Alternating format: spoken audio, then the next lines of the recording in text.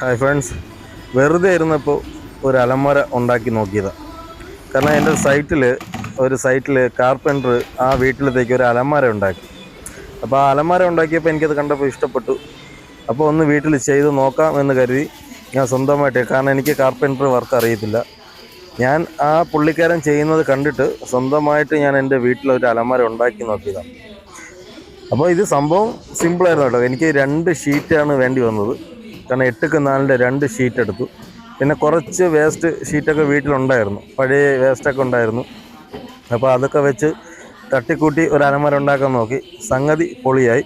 ഈ അലമാര നിങ്ങൾക്ക് ഇഷ്ടപ്പെട്ടിട്ടുണ്ടെങ്കിൽ നിങ്ങളുടെ അഭിപ്രായം കമൻറ്റിൽ അറിയിക്കണം കേട്ടോ. നിങ്ങൾക്ക് ഇഷ്ടപ്പെട്ടിട്ടുണ്ടോ ഇല്ലയോ എന്ന്. കാരണം സംഭവം സിമ്പിളാണ്. നമ്മളൊരു കാര്യം മനസ്സറിഞ്ഞ് വിചാരിച്ചാൽ അത് നമുക്ക് ചെയ്യാൻ പറ്റും, നമ്മളെ കൊണ്ട് സാധിക്കും എന്നതിൻ്റെ വലിയൊരു ഉദാഹരണമാണ് ഞാൻ ചെയ്യുന്ന ഈ ഒരു അലമാര. കാരണം എനിക്കിതിൻ്റെ വർക്ക് ഒന്നും അറിയത്തില്ല, ഞാൻ ജസ്റ്റ് അത് ചെയ്യുന്നത് കണ്ടു, അത് ഞാൻ വീഡിയോ എടുത്ത് വെച്ചു. അപ്പോൾ വീഡിയോ എടുത്തപ്പോൾ എനിക്ക് അതിൻ്റെ വീട്ടിൽ വന്ന് സ്വന്തമായിട്ട് ഒരെണ്ണം ചെയ്യണമെന്ന് തോന്നി. അപ്പോൾ എനിക്കിതിലിപ്പോൾ മൊത്തം ടോട്ടൽ ചിലവായിട്ടുള്ളത് ഏകദേശം എനിക്ക് തോന്നുന്നു ഒരു 3500 രൂപയ്ക്കകത്തായി. അത്രേ എനിക്കായിട്ടുള്ളൂ.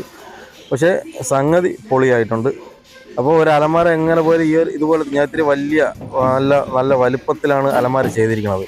പിന്നെ അലമാരയ്ക്ക് എന്തെങ്കിലും മിസ്റ്റേക്ക് വല്ലതും ഉണ്ടോ എന്ന് അറിയാൻ വേണ്ടി അതിനകത്ത് ഞാൻ തുണിയൊക്കെ വെച്ച് നോക്കിയപ്പോൾ കുഴപ്പമൊന്നുമില്ല.